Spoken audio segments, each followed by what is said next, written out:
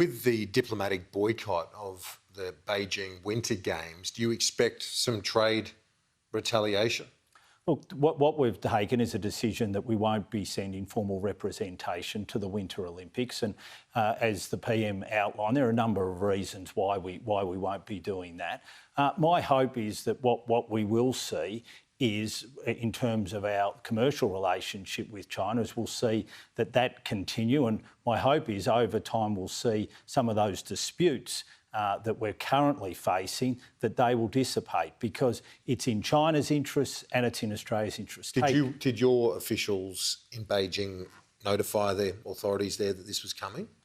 Look, obviously there were communication about these things. This is handled by the Department of Foreign Affairs, and so they've done the normal course of events. Obviously the PM has made the announcement today that we won't be sending representation, and as he said, there's obviously a number of issues that we're dealing with at the moment with China, including there is no ministerial dialogue, and that's something that we are looking to re-establish. And obviously we think, especially when it comes to the commercial relationship, it is important that we can work through those disputes by meeting face to face and be able to work through them. If we were not to follow the US approach on the diplomatic boycott, would that have been an opportunity to try and start to cool things down?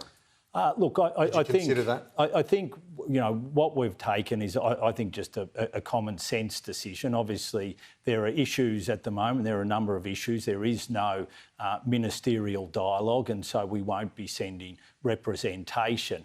We continue to send a very strong message to China that we do want that ministerial dialogue, that we do want to work through these trade disputes. And if you look at something like coal, for instance, where we're not exporting coal to China at the moment, that has had a huge impact on electricity generation in China. And we've seen a strong demand for energy as a result coming out of China as they're looking to build up their own domestic demand and get resources elsewhere.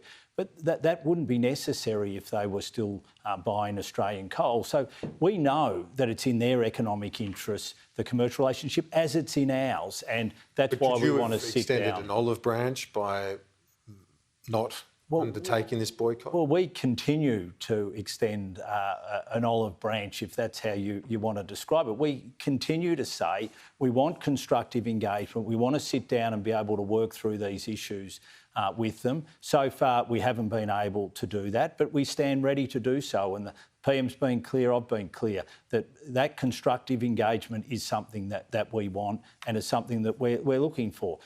Just as there's engagement with the US and China, Japan and China, we see no reason why we shouldn't be able to sit down and work through these issues. I spoke to a cyber expert earlier who said he would anticipate, after any diplomatic row that we've had with China, there's been a spike in cyber attacks and that sort of thing. Is that your expectation as well? Well, we hope that what we're going to see is constructive engagement when it comes to the Australia-Chinese relationship.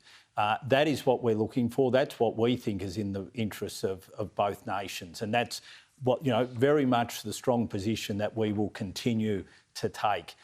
And that's the position that we've had very consistently right through the action that's been taken by China, the disputes that we've confronted with China. We've been very upfront about that. Best way to resolve them is to sit down and have dialogue, and that continues to be our position. This latest attack, end of November, on an energy company, what's your advice on that? My understanding is that there is no intelligence to suggest it was from China. What's your latest advice? So obviously, when it comes to these issues, these cyber intrusions, we investigate. We have our intelligence agencies. We have the Australian Cyber Security Centre look at these. I mean, it's a bit of a wake-up call for everyone here in Australia, that make sure that you've got your cyber security practices up to date, whether you're an individual or whether you're a business. Cyber warfare and cyber attacks are alive and well, and we've got to make sure we're putting all the protections we possibly can in place